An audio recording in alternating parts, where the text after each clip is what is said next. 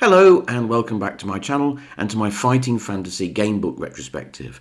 And this time we've reached book number 33, Skylord, and book number 34, Stealer of Souls. Now, book 33 represents a milestone in this series. Yes, my friends, it is the last of the science fiction books. Hooray! And lo, there was much rejoicing. But the science fiction series is not going to go out on a whimper, it's going out on a bang. This is Skylord by one-time writer Martin Allen. Now, what to say about this book? The first thing to say about this book is, reading around fighting fantasy sites and looking at other people's fighting fantasy channels, I get the impression that most people think that this is the worst book in the series. It's not terribly popular. And the thing is, right, I kind of see where people are coming from, but it's bad in a rather wonderful way. You know what Skylord is? It's the Ed Wood of fighting fantasy. For those of you who don't know who Ed Wood is, he's often considered to be the worst filmmaker of all time. He made some incredibly low budget, really badly directed movies in the 1950s, sometimes with an aging Bela Lugosi, films like Plan 9 from Outer Space. Tim Burton made a movie about him in the 1990s with Johnny Depp playing Ed Wood, a sort of affectionate biopic of him, which is the only decent film Tim Burton's ever made, in my opinion. So there's something kind of lovable about Ed Wood. He was a terrible filmmaker with awful special effects. He used to literally have paper plates on strings being, flying saucers. And there's something of that lovableness of Skylord, right? And this starts right from the very beginning. So you're into science fictionsville, so you've got lasers and, spaceships instead of swords and magic and everything. Incidentally, it made me think, reading this book, credits as the universal currency, money. We just got used to that, haven't we? Where did that come from? Was it 2000 AD? It happens in so much science fiction that credits, not pounds or dollars or euros, credits is the currency. Where did that start? That's a question for you. But anyway, then we get into the background to the book. Now, right away you realise that Martin Allen, I think he's been on the wacky backy, or otherwise he's a bit crazy. Because it's bonkers. The style of writing is mad. The whole thing is written with exclamation marks. It's a bit mad. But then there's... Sorry, I'm already starting to laugh. That's how much affection I have for this book. There's the content, right? So what we find out, you're in science fiction as well, because everyone's got a very silly name, right? And the villain is called El Bastin. What kind of name is that? And you're from the planet, now let me get this right, Ensulina. You're an Ensulinan who have 4 arms. They look like a bit like a centaur. Anyway, so El Bastin is quite amusing, right? He's like an intergalactic Del Boy, right? So he was this best mate of King Vax on the planet, right? And he says, look, King, I want to do some experiments. Can you give me some money? I want a pay rise. And the king says, no one's had a pay rise on this planet for about 200 years. You're not having one. So El Bastin gets the hump. And he thinks, right. So what he does is, he starts creating androids in the guise of the king's staff and basically getting rid of the king's staff, sacking them and replacing them with these identical androids. And the king don't notice. He don't notice nothing. And then he starts nicking all the king's stuff and selling it on the black market. I've got a hooky throne here, mate. Come on. And then the king finds out. And then El Bastin is exiled. So what does he do? He goes off to the edge of the universe onto an artificial planet to create a perfect race of werewolves to destroy the whole universe. And this is before the book has even started. It's mad. It's completely crazy. Now, what happens is, you've got to go off and kill El Bastin, right? Now, you set off in your spacecraft and you're heading for this artificial satellite. But for the first half of the book, you never get there. You keep getting diverted, right? So first of all, you're travelling along and suddenly you've got some purple space moss growing on your engine. How did that get there? And you have to go and clean it off.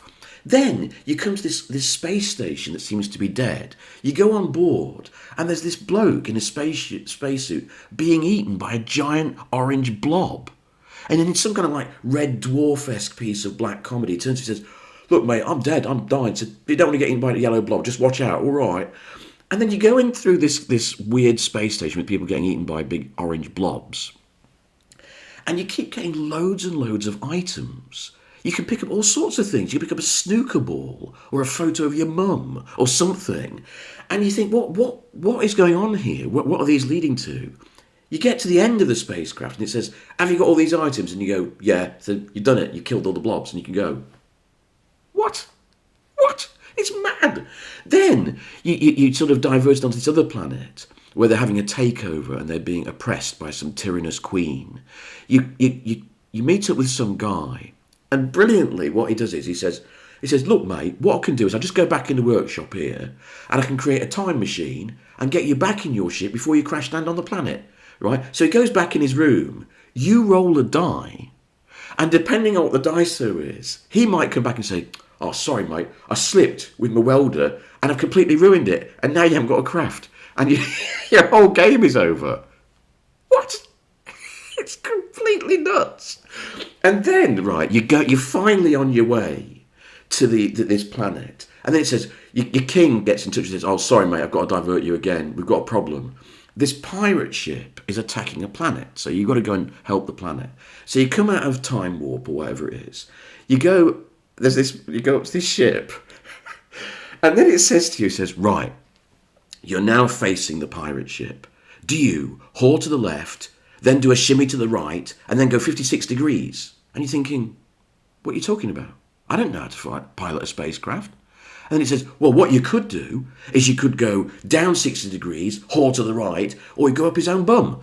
What? I don't know what you're talking about. What the hell are you talking about? Where have you told me how to pilot a spacecraft? How can I possibly work this out? It's ludicrous. Anyway, somehow you defeat this pirate. And then you finally make it to this artificial satellite. An artificial satellite that's got a swamp. How does that work? Anyway, you get through the swamp, you get into the main part of the building, yet some creature, forces you to go and rob some stuff from someone in a bar. Then you go into this kind of weird bell jar universe, where in this bell jar lives this man in a purple suit with a three-eyed cat. Martin Allen was definitely on something when he wrote this book. I'm not making this up, right? And then eventually you get to the end and you find Elbastin. Now, in a rather good twist on the sort of, this traitor theme that's developed in the FF, what happens is that you actually end up becoming mates with Elbastin.